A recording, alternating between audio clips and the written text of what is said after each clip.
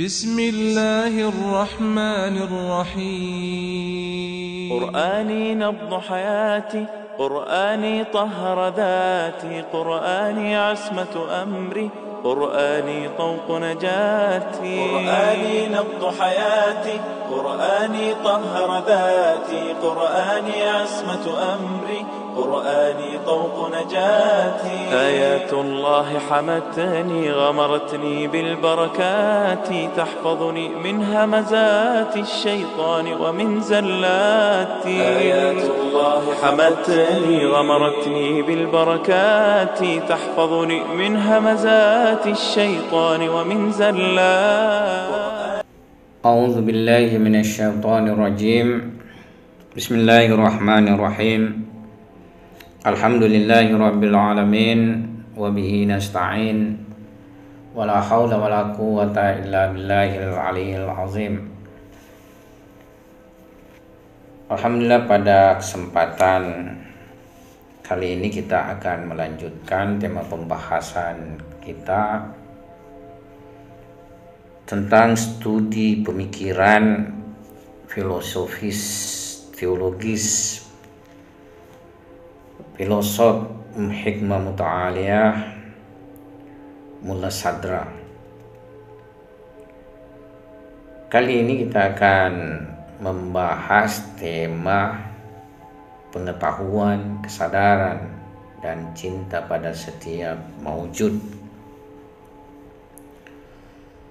Salah satu yang ditegaskan dalam ayat dan riwayat yaitu adanya pengetahuan, kesadaran, serta cinta yang dimiliki oleh setiap entitas di alam ini. Apakah ia itu benda mati seperti bebatuan, tumbuhan, maupun hewan. Nah, terdapat banyak ayat Al-Quran yang menerangkan bahwa segala apa yang ada di langit dan di bumi senantiasa bertasbih dan memuji Allah Subhanahu wa taala. Misalnya kita bisa temukan di dalam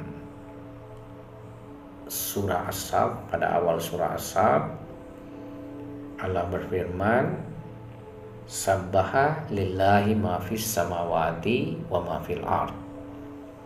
Bertasbih apa saja yang ada di langit dan apa saja yang ada di bumi. Atau di surah Al-Jum'ah Allah berfirman, yusabbihu lahu ma fis samawati wa ma fil ard. Kalau di dalam surah Al-Jum'ah ini menggunakan fi'il mudhari, yakni sedang dan senantiasa, yakni Tuhan berfirman senantiasa bertasbih padanya apa saja yang ada di langit dan apa saja yang terdapat di bumi. Artinya seluruh ciptaan itu bertasbih pada Allah Subhanahu wa taala. Dan terlebih di surah Al-Isra ayat 44 Tuhan menjelaskan bahwasanya tusabbihu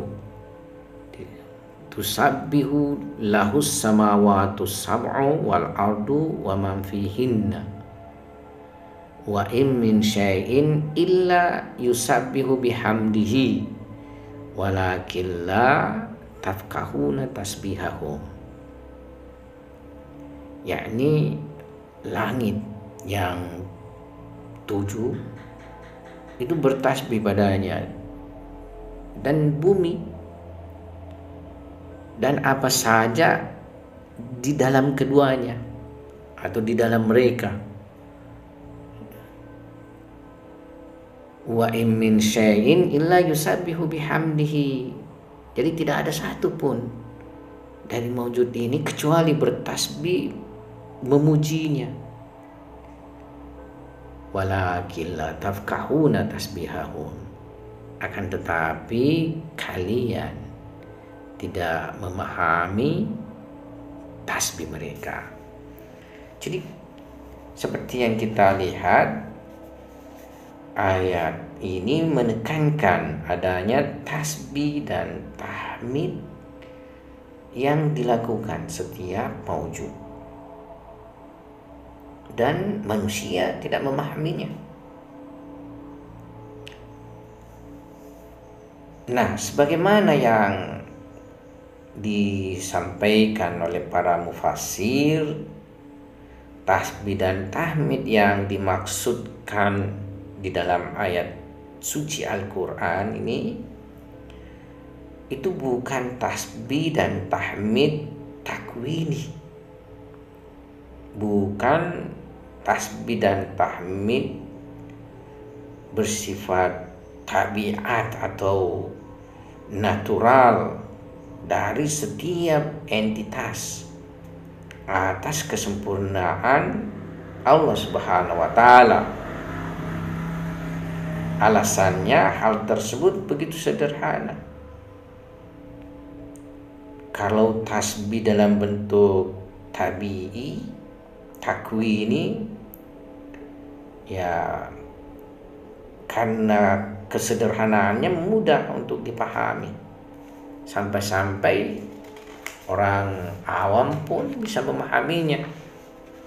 Dan sekarang kemajuan ilmu dan pengetahuan menyingkap berbagai fenomena daripada alam, baik itu bebatuan, tumbuhan, hewan-hewan, dan bahkan manusia sendiri. Ya, sedemikian majunya pengetahuan sekarang sehingga lahirlah berbagai keahlian, ya, disiplin ilmu yang bersifat sangat partikular. Oleh sebab itu, tasbih dan tahmid di sini bukan berhubungan tentang takwini, tentang fenomena tabiat alam, tapi suatu tasbih dan tahmid yang memiliki keserupaan yang terdapat pada manusia. Ya, jadi beberapa ayat ini menjelaskan tentang keberadaan tasbih pada setiap maujud. Nah, kita juga akan menemukan di dalam surah An-Nur ayat 41 bahwasanya Tuhan menyatakan, apakah engkau tidak melihat setiap apa yang ada di langit dan di bumi, demikian pula dengan burung-burung, ya, sedang bertasbih kepadanya. Mereka mengetahui salat dan tasbih mereka masing-masing, dan Tuhan mengetahui apa yang mereka kerjakan. Nah, terlebih ayat ini mengabarkan tentang tasbih yang diucapkan oleh setiap apa yang ada di langit dan bumi, serta tasbih dari burung-burung. Selain itu, ayat ini juga menegaskan tentang pengetahuan setiap mereka atas salat dan tasbih. Jadi mereka mengetahui bagaimana salat dan tasbih. Ya, juga demikian pula kita akan menemukan ayat yang menjelaskan bahwa seluruh anggota tubuh manusia, bahkan seluruh entitas alam itu akan menjadi saksi di akhirat kelak atas amal perbuatan manusia. Dan juga masalah-masalah lain. Nah, ini jelas bahwa kesaksian di akhirat itu didasari oleh kesaksian di dunia ini. Sebab kesaksian di dunia ya artinya hanya karena adanya kesaksian di dunia ini sehingga terdapat nanti kesaksian di akhirat. Sementara kesaksian di dunia hanya mungkin jika dilandasi oleh pengetahuan dan kesadaran. Nah, kita berikutnya akan melihat satu dua riwayat tentang permasalahan ini. Allamah Tabatabai menyuguhkan beberapa di antara riwayat terkait masalah ini di dalam jilid 13 Tafsir Al-Mizan. Kemudian beliau mengatakan terdapat banyak riwayat berkenaan dengan tasbih yang dilakukan setiap maujud dengan berbagai perbedaan di dalamnya.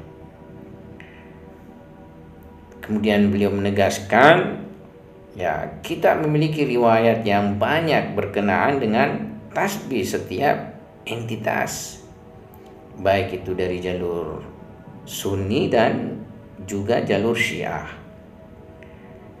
Di antara riwayat yang banyak tersebut adalah riwayat yang menjelaskan tentang tasbih yang dilantunkan oleh butiran-butiran pasir di genggaman tangan Rasulullah Sallallahu Alaihi Wasallam. Nah, ini riwayat tentang tasbih butiran-butiran pasir di genggaman Nabi itu terdapat di jalur Sunni dan jalur Syiah. Demikian pula kita mempunyai pemahaman bahwa batu yang pertama membaiat kewilayahan dan keimamahan Amirul Mukminin Ali alaihissalam itu adalah batu akik. Ya, karena itu ya memakai cincin yang permatanya batu akik itu sangat bagus sekali. Apalagi kalau batu akik Yamani. Ya, ini bukan promo ya. Selanjutnya kita akan lihat bahwasanya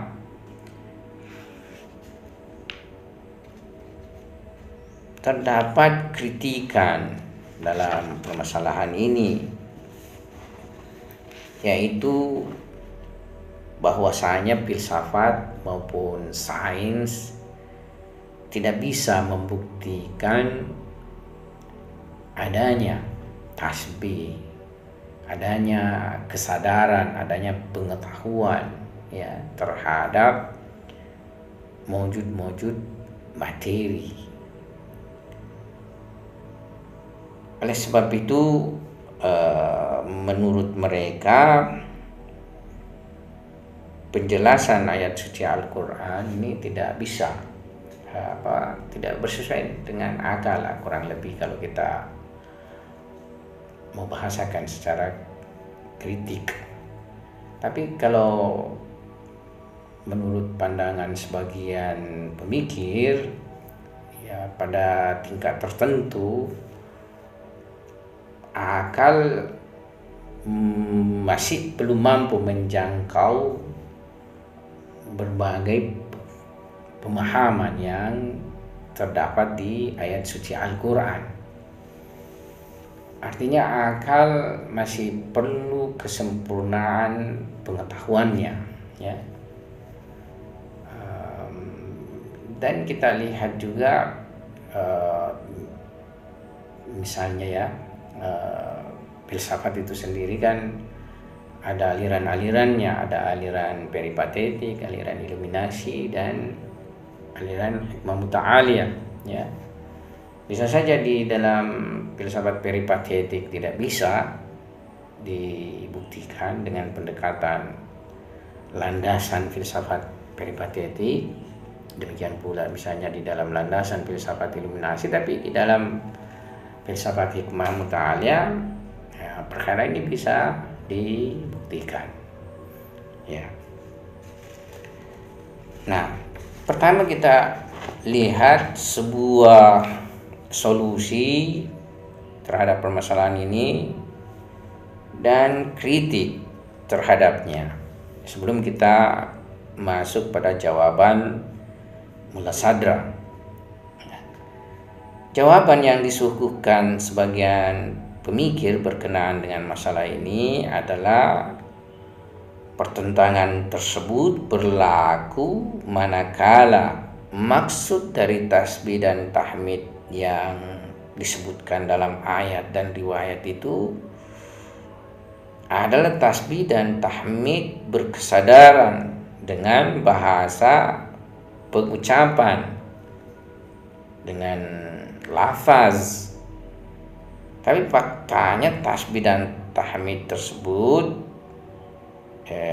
adalah tasbih dan tahmid takwini dengan bahasa keadaan.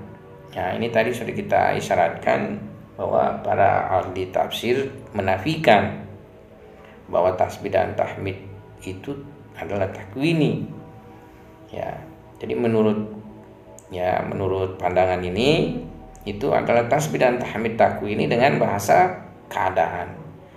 Yakni sistem menakjubkan yang diterapkan dalam penciptaan dengan bahasa keadaan atau kita kadang sebut tabiat itu sedang menjelaskan eksistensi Tuhan, menjelaskan ilmu, kudrat, keagungan dan hikmah Allah Subhanahu wa taala. Sebagaimana halnya dengan keharmonisan, keteraturan dan ketunggalan yang mengatur gerak alam. Itu menggambarkan, menghikayahkan ketunggalan Tuhan sang pemilik eksistensi, keberadaan.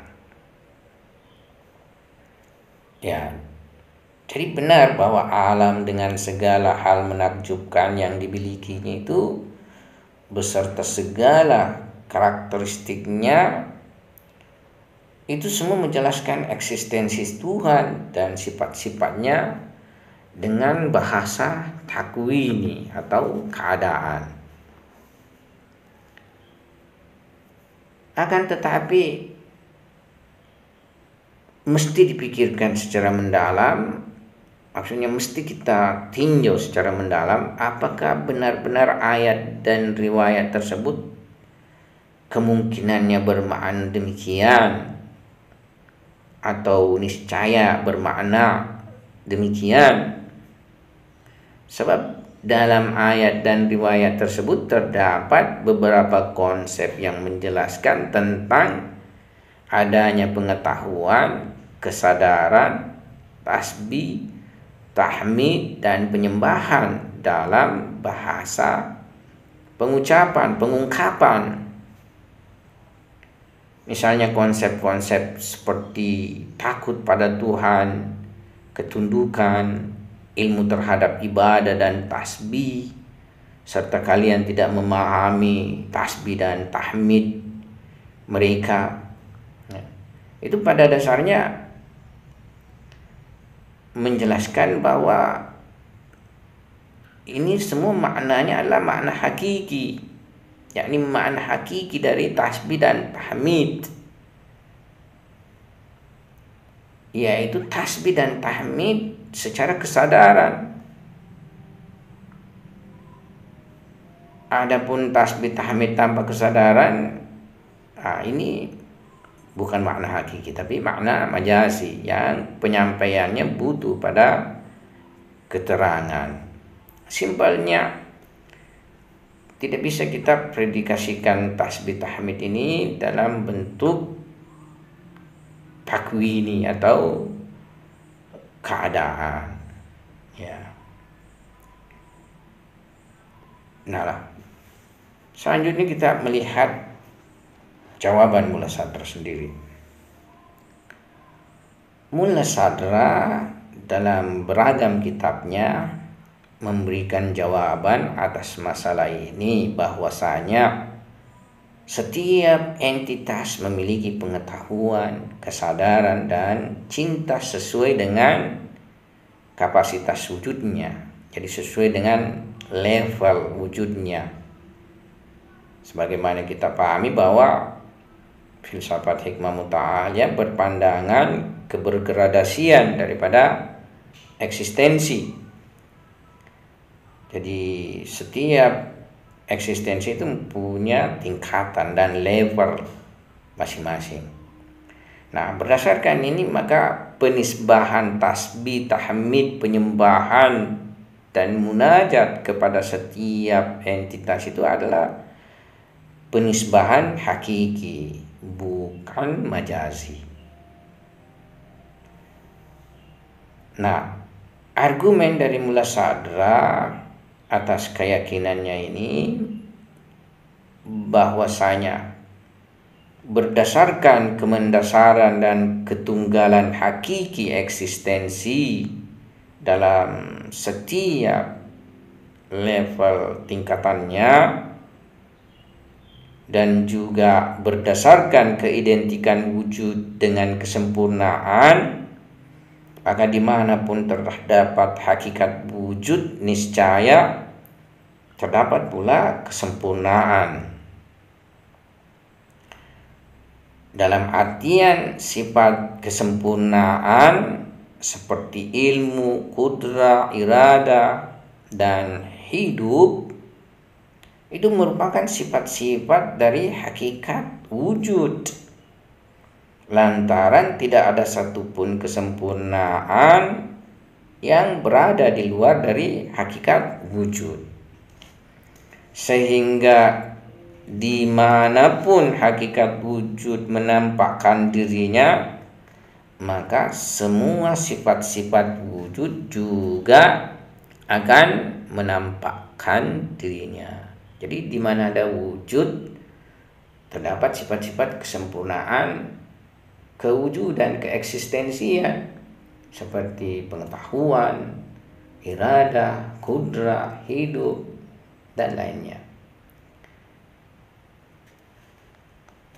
Jadi Mulla Sadra meyakini bahwa keselarasan antara akal dan dalam agama terhadap masalah ini, yakni keselarasan antara akal dan agama dalam persoalan ini itu merupakan hasil penyingkapan beliau di dalam hikmah muta'aliyah, dan ia pun mengucapkan syukur atas apa yang disingkapnya tersebut.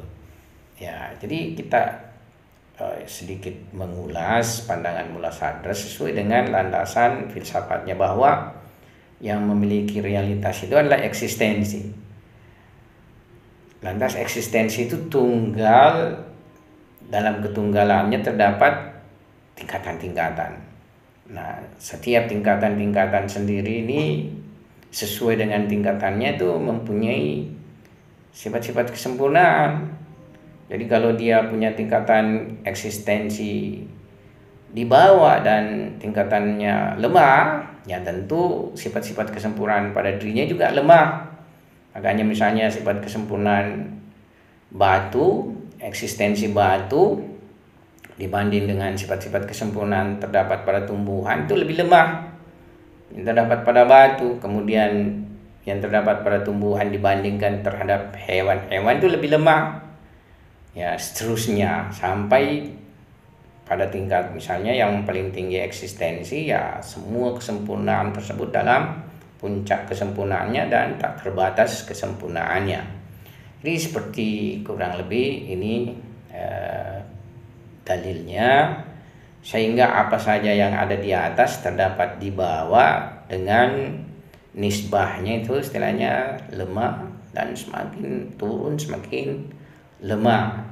Makanya kita tidak boleh mengukur pengetahuan kita, kudrah kita, ya, iradah kita dengan mawjud-mawjud lainnya. Kita misalnya mempunyai kedudukan eksistensi yang lebih tinggi dari mereka, ya. Jadi kita tidak boleh mengukurkan sifat-sifat kesempurnaan yang terdapat pada diri kita itu dengan mawjud-mawjud yang lain. Ya, bahkan kalau misalnya mawjud di bawah kita lebih tinggi malah daripada diri kita, itu artinya kita terdegradasikan dari dimensi keeksistensian. Saya pikir ini kita punya pembahasan,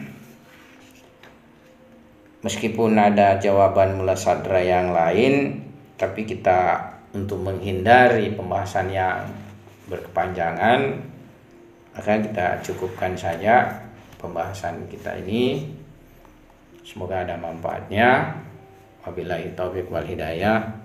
Assalamualaikum warahmatullahi wabarakatuh. نبض حياتي قرآني طهر ذاتي قرآني عصمة أمري قرآني طوق نجاتي